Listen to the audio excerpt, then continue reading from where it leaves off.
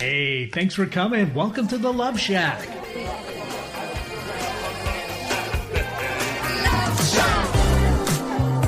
Hey, welcome to the Love Shack. It's a little place where we get together and explore some fresh perspectives, eavesdrop on juicy conversations, and discover the things that really matter while having a little bit of fun along the way. This is episode number 80, The Truth About Being a Family Man in Today's World. This is a conversation that is near and dear to my heart, and I feel like is long overdue. Absolutely. It can be hard to be a father and a lover in today's world, and you want to be there for your family and your partner, but it seems like work and other obligations always get in the way because you're trying to be the very best provider you can be. Very often you feel guilty that you're not able to spend more time with your kids and your partner, and you worry about how the lack of time is impacting your relationship with them. Mm-hmm. Today, we have a wonderful author who wrote the book Dad on Purpose, Tim Dunn. He's joining us on the Love Shack today, and he's here to explore with us what it's like to be a family man in today's world. And together, we're going to discuss the challenges and difficulties that men face while trying to connect with the ones that they love the most and talk about the many struggles and secrets that men wish they could share with others. I'm essentially going to be asking some questions as the female voice here of the men in the room, and we want to hear from you. In our society, we talk a lot about feminism right now. We talk about a lot of support around helping women become financially viable and how to marry the work life and the kid life and how there's a tremendous amount of support and conversation that's going on there, and not too many conversations in support of the male role. And oftentimes that voice gets very much discounted. It's almost like there's been a flip, as I see in our society in the last 2 decades, where, you know, the woman's voice used to be kind of down on the down low, and now it's kind of changing. And the men's voice I see very much in my practice is kind of on the down low. So today we're going to have this conversation. I would just ask, men, are you feeling alone and misunderstood most of the time? If so, like Stacey shared, this episode is specifically for you. Yeah. And if women, you've ever wanted to know what men struggle with and why it is that they do some of the things that they do, when to you it seems so obvious what they should be doing, well, then this is a great episode for you. Stay with us as we open up a new level of communication and give you some answers that are sure to improve your understanding of men overall. We'll be right back.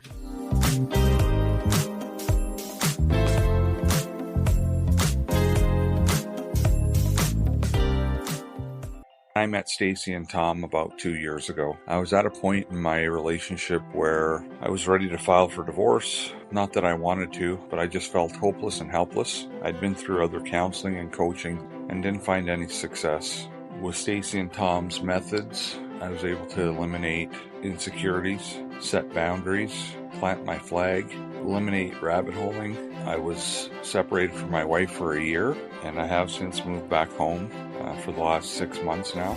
I still refer back to a lot of the teaching that Stacey and Tom provided, and it's helped me. It's well worth it.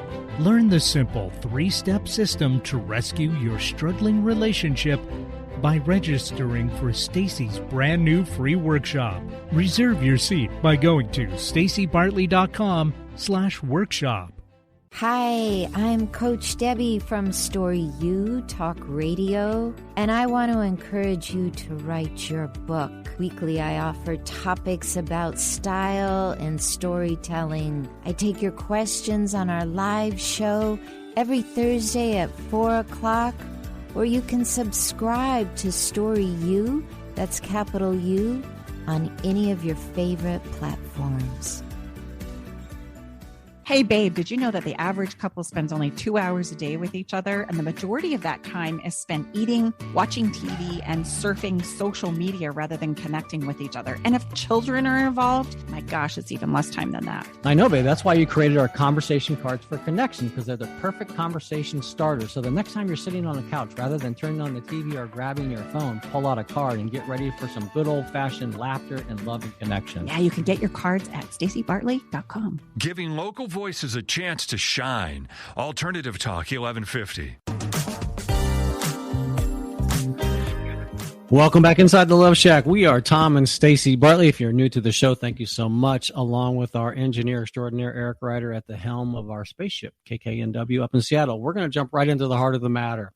Over the last 2 decades or so, society has changed the expectations for men. It's overdue to talk about why men often struggle to connect with their families. The common narrative currently is some kind of aversion. All of these things wrapped in one: provide a nice lifestyle for our family, be emotionally available, and be the Don Juan lover and rock of my world and rock of your world. So that is a very tall order. Mm-hmm. Allow me to introduce you to Tim Dunn, author of Dad on Purpose. He is a father of boys and girls, twins and singles, and toddlers and teenagers. Tim has learned humility and tenacity from a wide variety of parenting missteps. Working as an insurance executive for the last 25 years, he has also coached his kids, traveled with his family, and dadding, which I love that. I think that's so great. He understands firsthand the importance of balance in being a husband and a father to his family. He's the founder of Dadathon.com, a community dedicated to helping fathers achieve balance and strength across all aspects of fatherhood.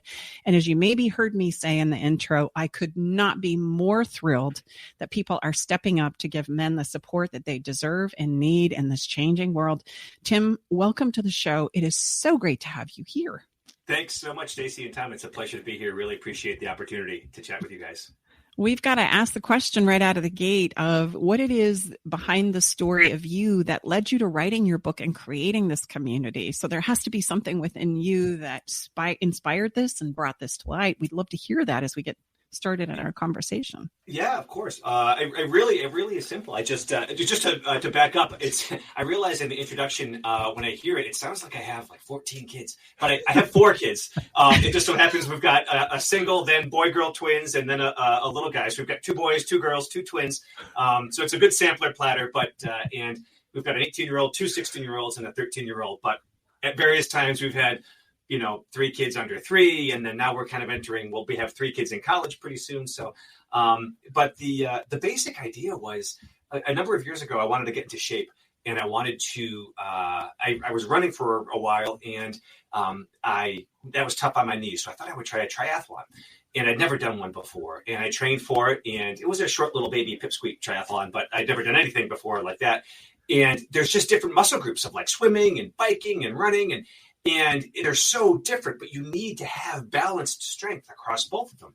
And it dawned on me as I was thinking of that as a metaphor for my life, just being a husband and a father and being someone who wants to provide for my family, but also connect with them. And then also lead a life that's fulfilling and worthy of itself. Similar to the triathlon, it felt like just different muscle groups. And I didn't feel like I was really all that spectacular at any of them. And I thought it was worth pursuing that. And so that's kind of where that came from. And then as COVID gave us all a little bit more time to reflect and sort of perspective on life, I started pursuing that for my own reasons. And that just developed into a project that I thought maybe, geez, if I'm struggling with some of those things, maybe some other folks are too. And I wanted to put together a list of things. A lot of, I think, men and a lot of people, but, men and dads is kind of my experience, want better, but just to really have a sense for what specifically do I do? What are the options that I can do today or tomorrow or this week to connect better or to provide more effectively or to live a better life? And so that was kind of the genesis of where it came from. And that's where Dadathlon, there's an L in there because it's like triathlon except with dad instead of try. So those are the 3 muscle groups of dadness, connecting, providing, and living. And that's where sort of that brand of Dadathlon comes from. So. Yeah. And I just want to give a shout out to your book. I've read it, and I just want our listeners to know that in your book, you cover those 3 things: connecting, providing, and living with health, joy, and wisdom. And so it gives us this place where we get to jump in and we get to talk about, I see in my practice, and the reason why I've been so excited about this conversation is that, as I said in the intro, there's a tremendous amount of support for women, as they're trying to find their voices, and they're stepping into the workplace, and they're wanting equal rights. And those are all really good things. And in that conversation, also because of the work that I do, it's important for us to be mindful that in that conversation, we also don't minimize the men, because it's going to be very easy for us in the world in which we live in of contrast and polarity to have those roles flip to where now the man's voice is being minimized and being labeled more commonly a narcissist or a control freak, right? And they're the problem now as the women are finding their voice and rising. And it's very indicative to what you just said about the triathlon. There is a place where we all can have our place of strength and our place of contribution in, and we don't need to do it at the sacrifice of one or the other. And really, that's the opportunity that I think I'm so excited about in regards to where we are as a community, as a society now, is as we give voices, it's a place for us to find balance in that. So I wanted to bring this conversation to light to our listeners because it's a very important conversation to bring these conversations about what it's like to be a man in today's world. And the narrative is very much flipped, even in my lifetime, about what that looks like, what that's supposed to be, what that entails. And there is more and more pressure on both sides to say, okay, how are we going to do this thing? How are we going to co-create, right? And what are the pros and cons of each? And we all have our expectations and assumptions that we bring to the table around this conversation. And so as these are unfolding, I would love to hear how you as men are interpreting this and what you do with it. And I think it's going to be a wonderful conversation. So, without further ado, what is it that's most difficult about this triad for each of you personally, right? In the connecting, providing, and living aspect. And I would say living is more of, you enjoying your own life, right? Because there's so much contribution that goes out to family and lovers and a community. And so I think that's an important piece. And I just want to give a shout out, Tim. I love that you threw that in there. So again, what is it that you find the most difficult in that triad as personally, what is it you personally find difficult in this triad? Go ahead, Tim. I'll let you go first. Sure. Yeah, of course. Yeah. I mean, for me, I think the hardest thing for me is balance, in achieving, cause I think there's a lot of guys are really good at maybe one and a half or two of those things. Like, I'm providing. I mean, I work 80 hours a week and I all that kind of my job is the provider. And therefore maybe I'm not as connected with my kids as I should be, or maybe I'm not very healthy. I don't have time to take care of myself. I'm too busy trying to pay for college and working 80 hours a week. But when you back up with perspective, maybe just widen the aperture a little bit, I think, one of the sort of thought experiments that I think is useful is to look back on your life, from the perspective of you as an 85-year-old man. How would that person grade how you're living today? Sort of Ebenezer Scrooge, Christmas Carol sort of a thing. Yeah. And I think it's easy in the moment to be like, I got the mortgage, I got this, but I think that balance is the hardest thing. And I think the sort of corollary to that, related to the voice that you were talking about there, Stacey, I think men don't talk about things as readily or as comfortably as women do. And so I think there's a flavor of isolation, that they go, they sit, they work, they put the blinders on, they stay in their lane, they do their work. And it reminds me, I don't know how recent it is, because you go back and you listen to, you read Thoreau, most men lead lives of quiet desperation, which is a line by Thoreau that really resonates with me. And as I've talked with some of my buddies, it's one that's resonated with them as well. And I think just kind of shaking the shackles off of that and being like, it's okay to connect with people, with your buddies, with your wife, certainly with your kids. I think balancing, for me, if I had to summarize it in one word, that's the trickiest part. I don't know, Tom, if you would agree with that, or what are your thoughts? Absolutely. That was the word I had. Honest to God, I didn't know you would say that, So yeah, balance. And as we know, that's a verb, just like other things, and yes, I've been self-employed my whole life. So I think that just adds another level of challenge to the balance, if you will. Not that working for an employer is easier or harder, but I would say absolutely, Tim, I could not agree more. And then, yes, it doesn't seem to be, Stacey and I were blessed and grateful to spend 5.5 weeks in Italy right before the pandemic at the end of 2019. And my point in sharing that is I've never seen so many men our age and older in every single piazza that we went to. In the evening, there was as many of our age of men and older sitting on a park bench, talking to each other. I turned to Stacey and say, you never see that in the States. Yeah. You don't. And gosh, that's sad, because I think that's, you've knit it, where does one go as a male to just to share? Share. No, I think you're absolutely right. I think there's something sort of culturally unmanly about sort of just letting that, like the pressure builds in the tank, and it builds and builds. And the most important thing, have some kind of valve to let that pressure out before the tank explodes. And I think men, at least in the US, or at least sort of in my experience, don't seem to be very good about that. Whether it's social and fun, like, yeah, you go, golfing, fishing with your buddies, and that's a flavor of that, which is good. But, sharing some of that, or talking to someone about that, or being open with your wife or with your children, about what you're struggling with or your mistakes. And I think there's something just culturally sort of unmanly about doing that. And I don't think it is. I think, on the contrary, it takes quite a bit of confidence and grit. And not that those are unique to men, but I just mean the things that are traditionally thought of as being manly. I think it takes a lot of courage to be open and vulnerable and let that pressure out. And I think that's also better for your health physically and emotionally as well. I 100% agree. I see it in our couples where usually the wife is coming in with a long list of complaints, and the man's sitting there going, I'm not quite sure how to handle this. I'm very uncomfortable. And the minute we can normalize the conversation and say, everybody has a contribution here, and everybody has a voice that deserves to be heard, right? And we start the conversation with what's working for you and not working for you. And we let each person talk and reflect that voice. There's a place where, I'm so glad I can set this down, right? I'm so glad that this is a safe place where I can let this go. And it's not a conversation about, pointing out all my flaws and all my missteps and all the places that I can't emotionally connect. And a lot of us don't realize the history of where it is we have traversed through in our relationships, male and female.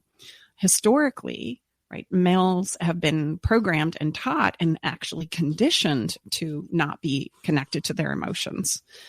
Years ago, thousands of years ago, it was necessary for war, right? Boys were pulled from their mothers at 6, 7, 8, 9, 10 years old, and they were conditioned to be warriors, to protect the tribes, to protect the community.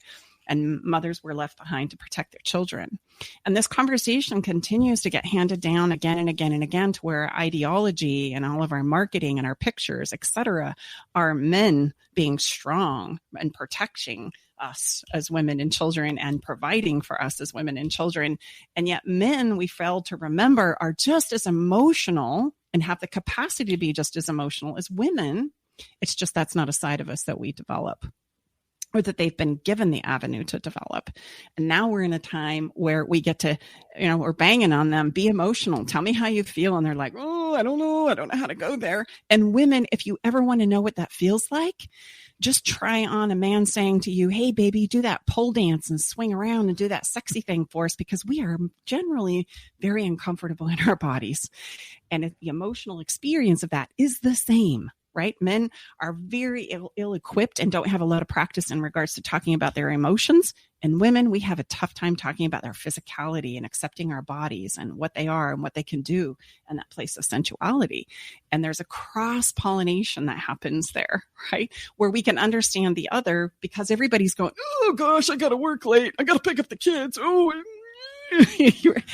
And it's about expanding our capacity to step into some of those emotional conversations that I think is critically important. And not only that, whose time has come. So I want to ask both of you in this regard, is it still difficult? Is it still something that you find a resistance in when somebody says, just tell me how you feel about this, Tim? Like, just tell me how you feel about this, Tom. Can you go there more easily now that you've practiced?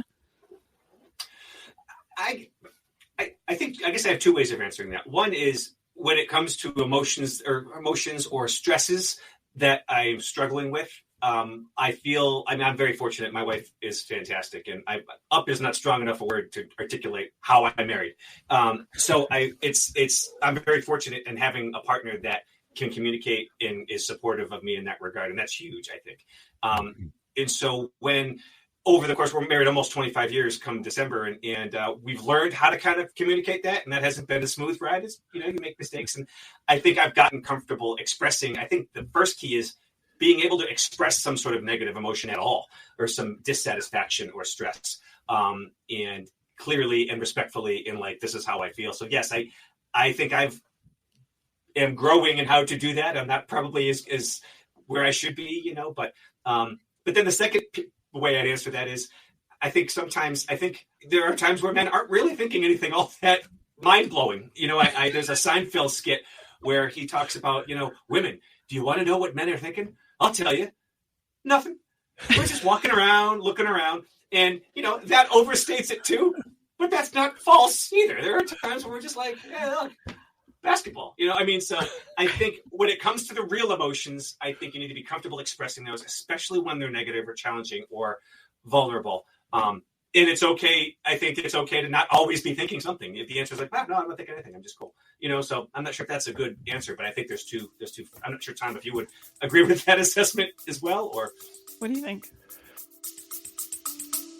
Stay with us. We'll be right back. Navigating the silent, complex moments of separation or your partner's need for space can feel like walking through a maze without a map. If this sounds familiar, know that you are not alone. This journey, filled with uncertainties and introspection, requires a gentle, understanding guide. Hey, I'm Brooke from Love Shack Live. We see you, and more importantly, we get it. That's why we created the Separation Support Bundle. A collection of resources designed to not just guide you through separation, but to offer comfort and clarity during these times. Our separation guide offers insights and support to help make sense of your emotions and the process of separation. And for those moments when words escape you, our guide on 10 texts to send when navigating space provides thoughtful prompts to help communicate with compassion. Plus, a soothing separation meditation to help ease the overwhelming moments. Because sometimes all we need is a starting point, or a way to start feeling okay again. Remember, you don't have to journey through these complexities of separation alone. Our Separation Support Bundle is here to accompany you,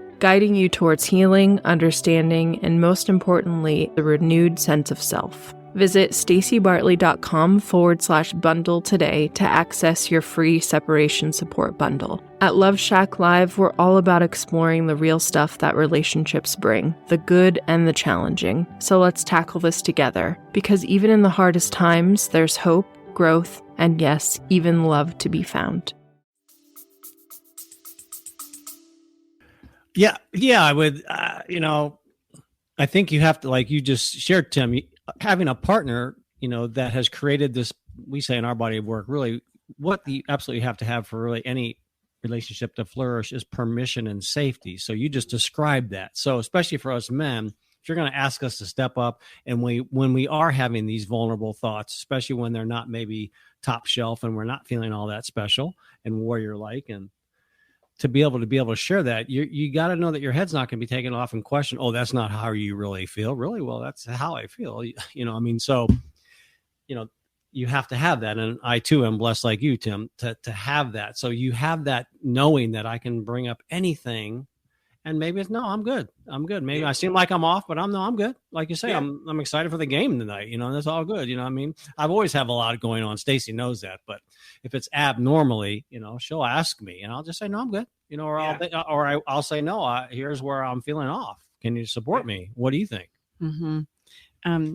Women, something that you need to know is when we ask our men to be vulnerable with us, sometimes we don't think about, are you strong enough to handle what I'm about to say? Mm-hmm. And so if I'm taking everything personal, right, and everything you say is a personalization, and you can't say boo without me going, does that mean you don't love me? You don't think I'm sexy? The truth is out.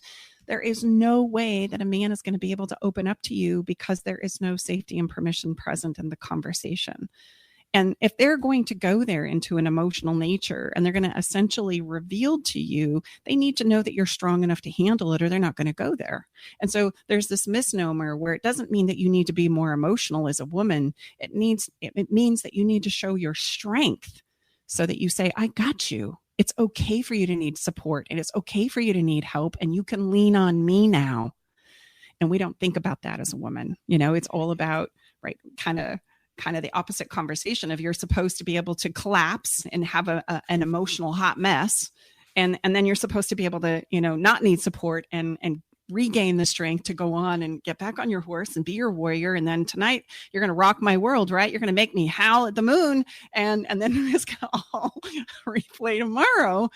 And I just want to bring that to the table, right? I have a tremendous amount of love and respect for men for reasons we can talk about if we get there. But Tim, you say you look like there's something you want to say, and I want to give you the opportunity to say that. Oh no, yeah, I was agreeing with everything that you said, and I think the one thing I would add to that is that conversation of vulnerability itself doesn't happen in a vacuum. You have to sort of kind of fertilize the soil, and that you build that trust and that safety, and that may be by making sure we take the opportunity to validate, hey, you look great today. You look cute today. Or, hey, I really like how you did that. Or great job with the kids with here. Or in both directions. That's not, just male to female or female to male. So that sort of builds up that foundation of, hey, I know she's got my back. It's okay for me to be like, hey, I'm a little nervous about this, or I'm struggling with that. And I mean, personally, one example that I've had in the last year, I wrote this book and put it out there, and, that was something that I struggled with from a confidence perspective. I thought I had a lot of things that were valuable to say, but you don't know that when you're the only one who's looking at it yet, and showing her the first draft, that was very scary for me, even with the great foundation and relationship that we have. So I think the one thing I would add is that it's just important to fertilize the soil along the way, and specifically with making sure we validate and support the other 90% of the time, so that when we need to have the conversation that is stressful or more real, or that we need to kind of be gird our loins for because it's going to be tricky, we're in good shape for that conversation. Mm-hmm. Well, and I love that you bring that up, because a lot of us think, especially women, because we're so good about talking about this. The joke I have is that, look, if we have a problem or a challenge or a stressor, if we can't figure it out, we've got 30 women who are going to sit around, the table at lunch, and we're going to pound that stuff into powder dust. We're going to come up with an answer. It may not be the right answer, but we're going to come up with some kind of an understanding and explanation. An answer will be manufactured in that conversation. It will be. Yeah. Absolutely. Without thinking, hey, really, your answer is going to be off base because you're not talking to the person that you're maybe having that challenge or that struggle with. And that this idea of safety is built over time, and it's much easier to maintain it than it is to create it. And the metaphor I love is the analogy of blowing up a latex balloon. It takes a lot of blows, to get it inflated, and very little to maintain it, right? From time to time, you got to put a little air in there.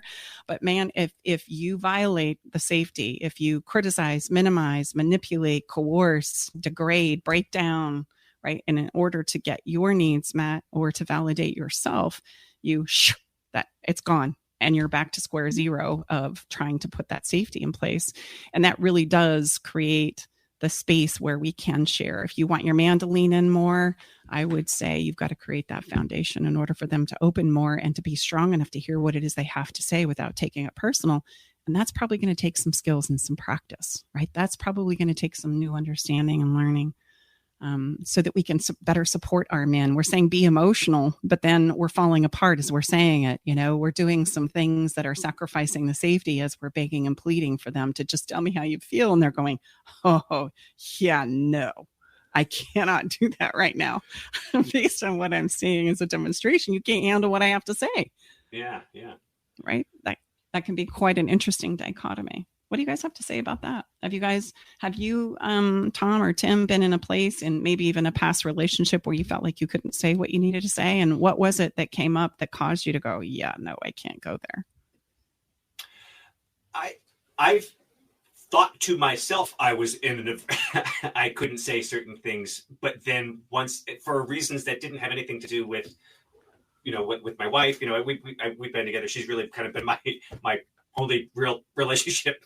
So I don't have previous data on that to go on. But I think when you're young and don't feel that great about yourself maybe yet, and haven't sort of gotten your sea legs about your adultness, it's easy to be scared of having that conversation. And so I've had that before. You have we've had arguments, where that on both sides I don't think goes exactly as according to plan, but I think I've been fortunate that once I did have that conversation, a conversation where I put myself out there and was very vulnerable, I was very fortunate to have Erin, who's my wife, handle it well. And I didn't have that, I put my hand on the stove and, well, that's the last time I do that kind of a thing. So I think I'm very lucky in that regard, which isn't very helpful, maybe answer to your question, No. even though it's a blessing in my life. No, I think that's incredible. And I so appreciate you being honest about that. And it sounds like you and your wife have done a really great job of, I love how you said, getting your sea legs about you and your relationship to kind of grow and lean in together, right? Like we're in this together, and that co-creation continues to be the focus and the vision of your relationship, right? Yeah, I don't mean to suggest that it's been, all perfect butterfly. No. We've had it's that has been rocky along the way, but not in a real sense. I mean, I don't want to make it sound like we're just the whole time. And I would add that like you should.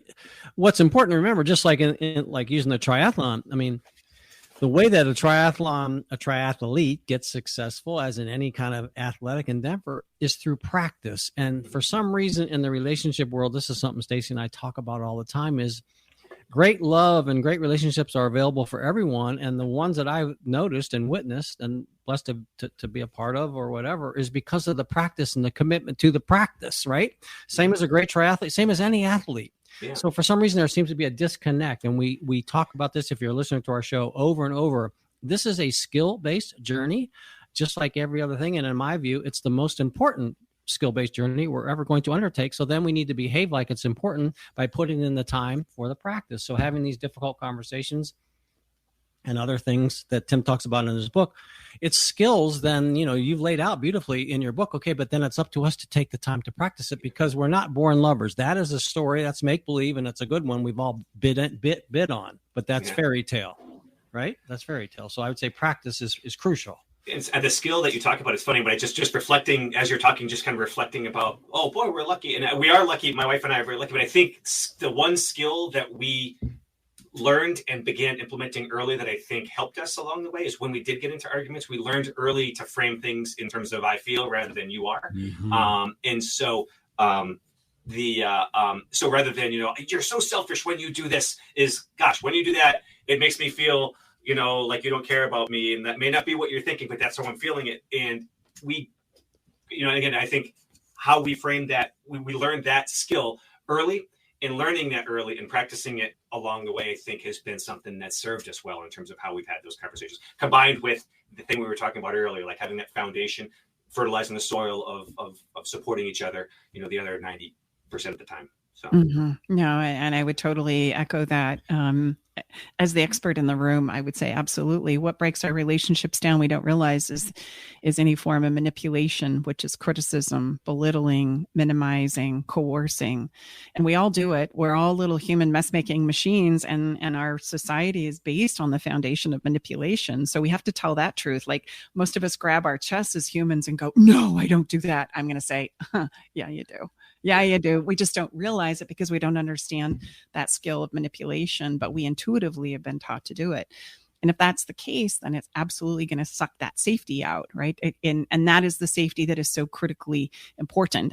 And funny, it's such a cliche, in the business world, or I come from a beautiful family of construction, and I've worked as a painter, et cetera, in my previous life. And safety first, right? But it's so true. Safety first in your relationship. That's the one thing that you need to protect and honor. And so Tim, go ahead. Sorry. I was just going to add one last little thing to Stacey, what you were saying. I was nodding my head the whole time. But when there's times where, one of us has, blown the lid off, messed the bed. Yeah. It's important to own that I was wrong. Like, I own that. And if you do it, if that's something that you do in front of the kids, then own that in front of the kids, so that you're modeling, look, I was wrong. That's not the way dad should be speaking to anyone, and this is what I'm going to do differently. And I think that's part of safety. Part of safety is healing the wounds from the accident that just happened and committing to a better place going forward. And I think that needs to be something that you need to be comfortable with to be able to do, because I remember having a conversation with someone who was having a hard time kind of getting there. And this is not my formulation, and I don't know who invented it, but someone said, well, do you want to be right, or do you want to be married? And you have to sort of sometimes just look at the bigger picture, be like, no, I was wrong. And I need to own that, because I value this relationship more than my ego. I love that. And you're talking about the ability to clean up a mess. which is another skill. I see that I've made a mess. I see how I could improve. And I love that you said do it in front of the kids or when this is part of the mix, because then it teaches them how to improve and get better. And oftentimes we don't realize that we're doing so much teaching while they're watching. Mm-hmm. It's really more about that than it is the things that are coming out of your mouth, right? And that's a powerful demonstration. So speaking of kids, this is a place of great, passion for me. Share with us, Tim, how men can more easily connect with their children than their partners, emotionally connect. What's your take and your perspective on that? Honestly, I think the simplest answer is to just decide to make it a priority. I think it's easy to just go through the routines of daily life and you just keep doing what you always did because that's what you always did, and you keep doing it, which the whole sentence is circular in your whole life. Is I think deciding that you want to connect with your daughters and your sons and your wife. For me, I think the three things that should inform that are to come up with things that are regular, purposeful, and exclusive for each of those things. And in the book, I talk about, this just so we're clear, the book is not Tim Guru Dad. The book is Tim Learning Dad, trying to find ideas that I can do and that I can do to be a better dad. So it comes from a place of humility. I opened the book early on with many of my mistakes that I've made that I wish I didn't, just so we're clear. But I think those are the things that we really should try to do is come up with a list of, and that's what the book is. It's like a menu. Like, here's some ideas, with different sorts of dates with your daughter, or things to do with your son, or ways to connect with your wife. But I think those three elements of regular, purposeful, and exclusive are a great recipe to shoot for. Yeah, I totally agree with you. That's incredible. And that was one of my favorite parts. And that was the first piece that you step into, is that conversation around connection, right? How do I connect, and how are some simple things that I can do? And there's a wonderful ideas in there, listeners. They are wonderful ideas in Tim's book about how to do that. So if by chance you're a listener out there who's struggling with how to create connection with your sons, your daughters, and your partners, I highly recommend that you just read Tim's book. It's incredible, and it's full of a lot of wonderful ideas in order to make that happen. It's a great place to begin.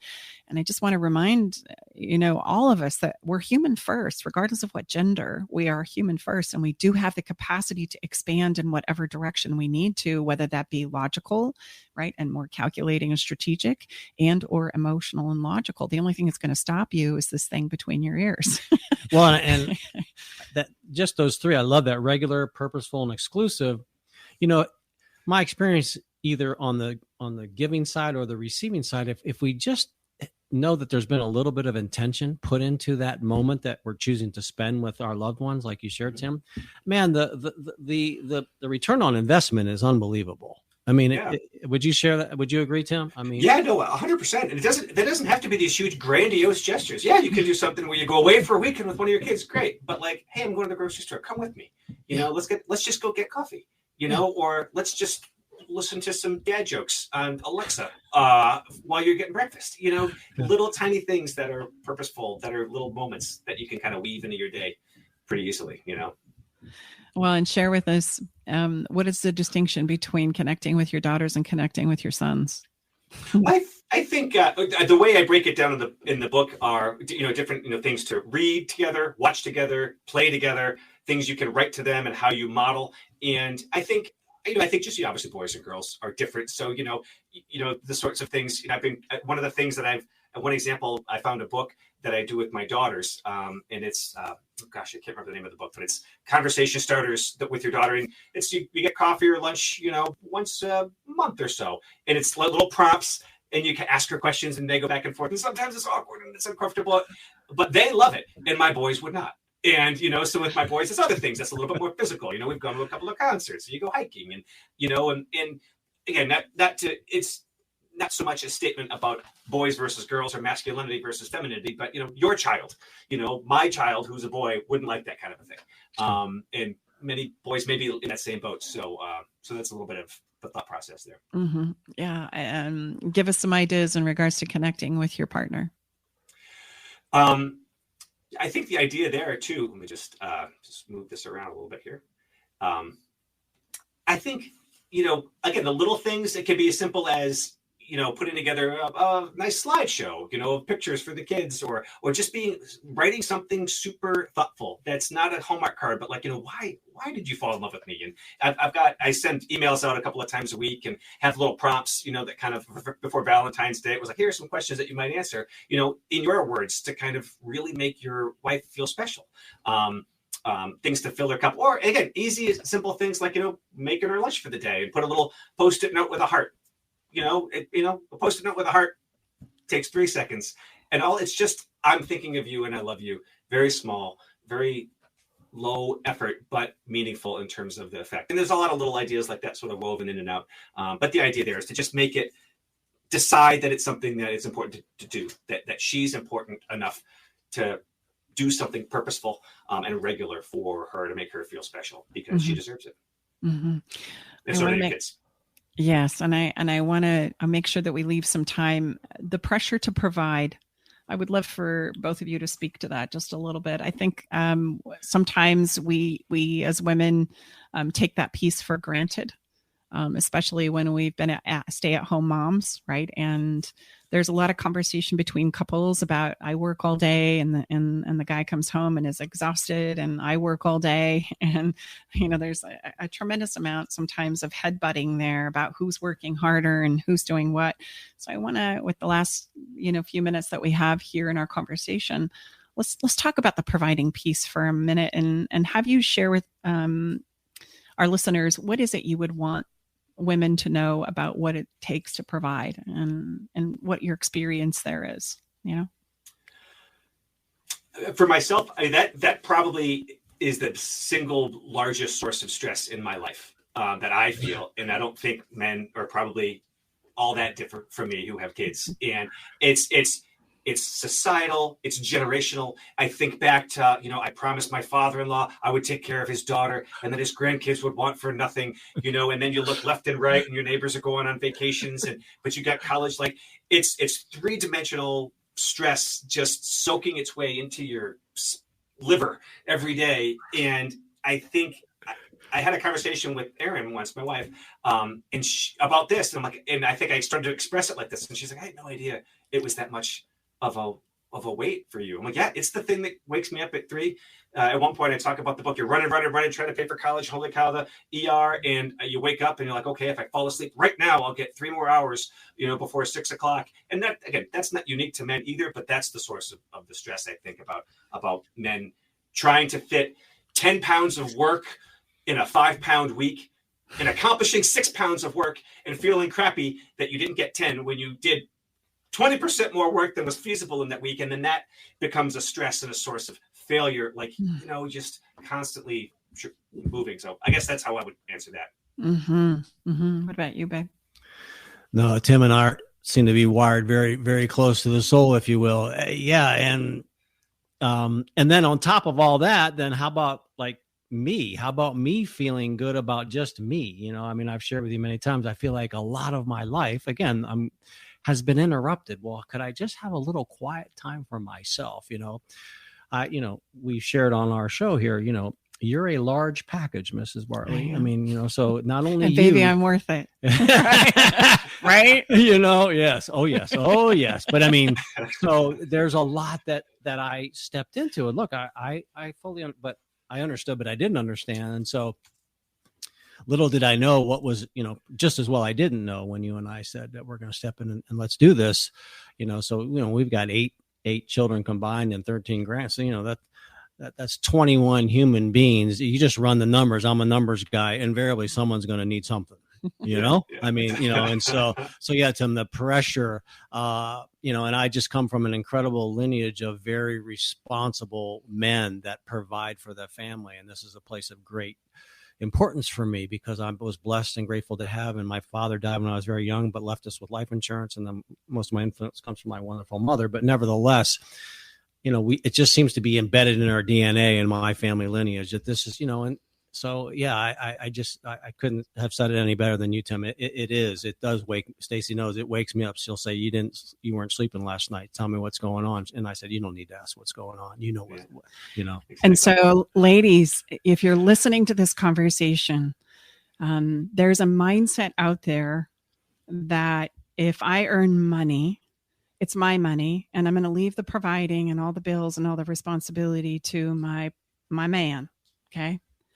And if you wanted to give your man a gift, if you truly wanted to rock his world, you would step in and say, how can I contribute? How can I support you? And how can we maybe tag team this conversation around providing and money?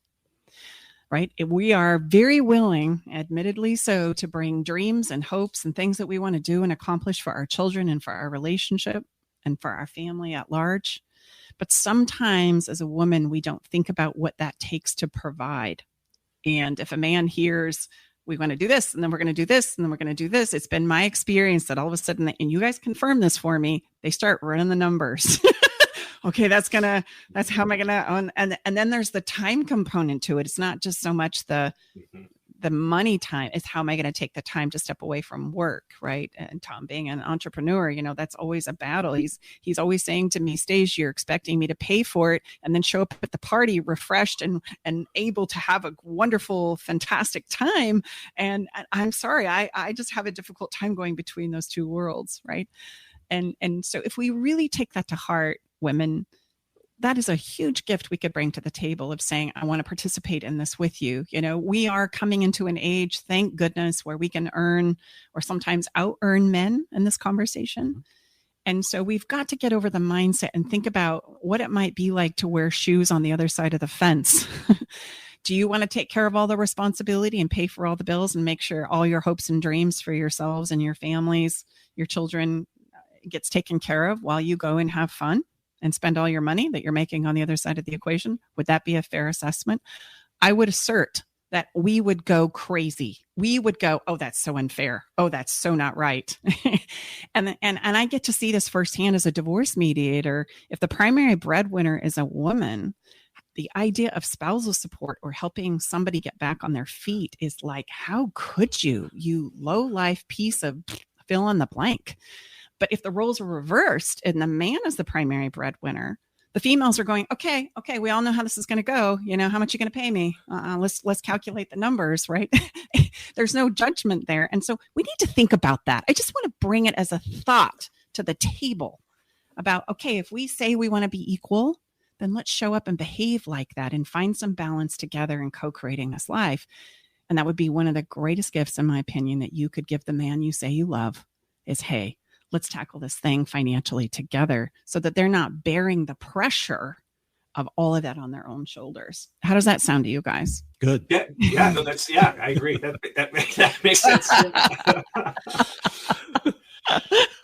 That if I'm earning, right, would it not suffice it to make common sense that I would contribute into and not think that everything I'm earning is just money either to do what I want for myself and or to have fun? Yeah, I think every relationship probably is different in that regard. And again, for us, that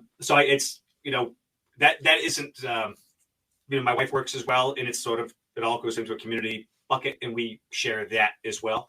And that's our experience. And I know that's not everyone's experience. And so I think, I don't have the particular challenge that you articulated earlier, or at least I don't know that I do. But I think that's one. If I were in that position, I think how you characterize that would certainly be something that would be a meaningful amount of support. But I think in my position, just recognizing that, God, this is hard and this is taxing, and it really is a source of stress and my primary motivator.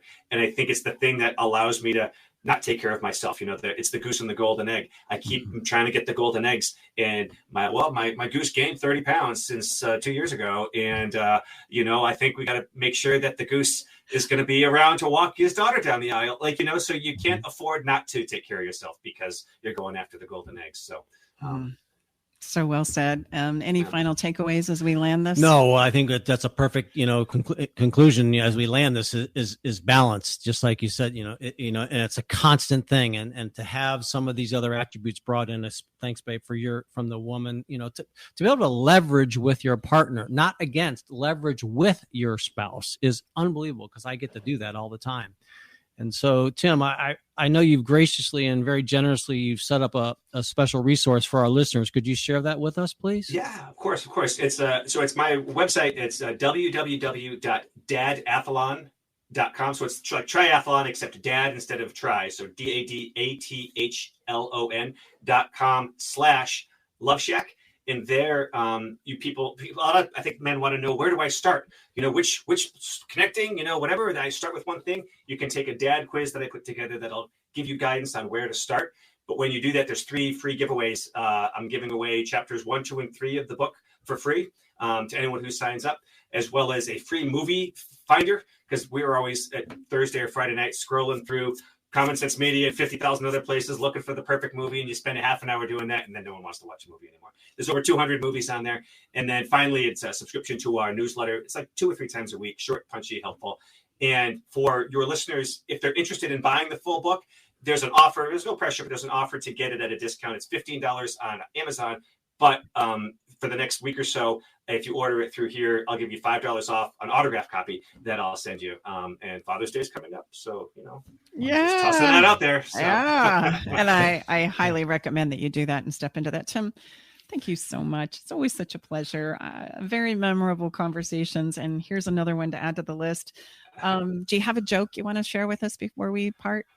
About being a dad or a father, or I guess a dad joke would probably be the best way to go. And we do those in the mornings. And so I like to say mucho to my Spanish speaking friends. It really means a lot to them. You're great. So thank you guys so much. I really appreciate it. Thank you. It's been a pleasure. It's been a pleasure. We're going to take a really quick, fast break, and we'll be right back. Hi, I'm Stacey Bartley, the author of my new book, Feeling Like Marriage is Dead, a divorce mediator's guide to ensuring a lifetime of love. In this book, I integrate a no-nonsense grip on reality with a compassionate understanding of human behavior to provide you with a systemic approach to marital bliss that is easy to understand and implement in your life. Read this book to find out how to make marital magic happen, and you can do that by going to lifetimeoflove.me. Again, that's lifetimeoflove.me. Make us part of your daily routine. Alternative Talk 1150. Well, it's time for a little bit of fun, right, babe? And I've got a really good one this round. I'm going to tell you what.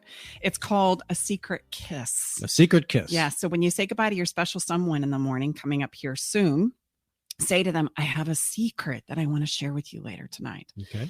Next, you're going to call or text them in the middle of the afternoon, and you're going to say, hey, just want to remind you to make sure you ask me about that secret that I have to share with you. I really have something important that I want to share with you. I like the feel of that. All right. And then you're going to come home, and over dinner, you're going to say, hey, babe, by the way, you remember you made a big deal about the secret. What's that secret? What's that secret you have? And this is the moment where it gets really juicy. I'm going to bend over and I'm going to give you a kiss, and I'm going to whisper in your ear, you are the secret. I want you to know that I love you and you're amazing to me. And here's why. And I'm going to give them a little bit of fairy dust. If you're in our world, you're going to know what that is. If you're not, it's going to be acknowledgement of, I appreciate you for, all you do, for being here for me, to listening to me do this. And I love you. And give them a kiss on the cheek that then can quickly move to, the lips. Long, slow, passionate. I call it the secret kiss. What do you think? Love it. Yeah. So your secret, you have a secret for me? No, come on. It's the other way around. I'm going to be holding you to that. I'll let you know how this goes next episode, ladies and gentlemen. Oh, sure. Hey, we have a song for every single episode. And this song, I always say, oh, it's the best song ever. But it really is the best song ever. Callum Scott and Leona Lewis, they sing a beautiful duet called You Are the Reason. And in all the conversations that we've had, whether we're men or we're women in this conversation, and we're trying to decide how to better dance and co-create together, it really is, you are the reason. You are the reason that I'm up at night trying to figure out how to give you what it is you ask for. You are the reason that I'm up at night trying to help you understand how important it is to express to me how you feel. You are the reason that I want this to work, right? And as we make messes and as we make things that we would say are broken, it's finding our way back to those that drives us, right, as human beings. And there are ways that we can turn it around, and there are ways that we can come back to having the experience of feeling safe and connected in our relationships. There are ways to make that happen. And if by chance you're struggling in any of those areas, that's what we do. That's what Tom and I dedicate our lives to. And quite frankly, we do it because it keeps us on our A game in our own relationships. So there's a really wonderful side benefit there. Reach out to us. We would love to help and support you in any way that we can. And the song sings it beautifully and eloquently. And I love that it's a duet, babe. I think. Yeah. And I we say this all the time, what we find, and it just continues to be confirmed every day that we're blessed and grateful. And if you're watching, we've got the visual up there, is don't wait, hoping and praying that something is going to go away, especially in our relationships. We know that it doesn't happen. Usually it escalates. So, if there's anything you took away from is don't wait, and if you're a man listening, I would say we have equal amount of men that come to us. Men seem to really resonate with our frameworks and our skill sets because they're very practical. Mm-hmm. The song says, "You're the reason I'm losing sleep and my mind is racing. Please come back now. I'd climb every mountain just to be with you and fix what is broken, because I need you to see that you are the reason." And we watched Stacy shared with me. Stacy, sometimes we pick the song. Stacy picked the song and we watched the video, and it's an incredible video. And a beautiful song. So I'm just going to remind you that we have a playlist on Spotify, and you can gain access to that on our website. There's a song for every single episode that we've done from way back in the beginning, because music is something that helps us feel what it is we're talking about. So, okay, I guess that's a wrap. Fastest 56 minutes on the planet. Special thank you to Tim Dunn. Tim, it was awesome to have you. I'm sure we'll have you back, author of Dad on Purpose. Check out that incredible resource that Tim, set up for us. Is very generous. That will be in our show notes. Just so you know, on the radar. Everything about this episode and every episode is on our website, on our podcast, part of our website. Our daughter, every episode, or our most recent ones, is transcribed. If you don't want to listen to us or watch us, you can read it. So everything, is there again, so you can take fully advantage of this episode and all our prior episodes. Yeah. And if by chance you have someone in your life that could use some help regarding our conversation today, don't hesitate to reach out. Don't wait. That's the mistake that we all make. Come on back next week and join us along with our engineer, Eric Ryder, for another edition of Love Shack Live, where we are sharing things to help you improve your love, sex, and relationships today. See you soon. Have a great week. We'll see you next time. Thanks for joining us today in the Love Shack. We hope you came away with something that made your toes tingle. To learn more about everything you heard on today's show, go to stacybartley.com/podcast. Love the show? Help us spread the love by sharing the show with others. Okay, everybody, time to go. We got to close the doors to the Love Shack for this week. You don't have to go home, but you can't stay here. Come back next week, though, and join us for another edition of Love Shack Live with Tom and Stacy Bartley.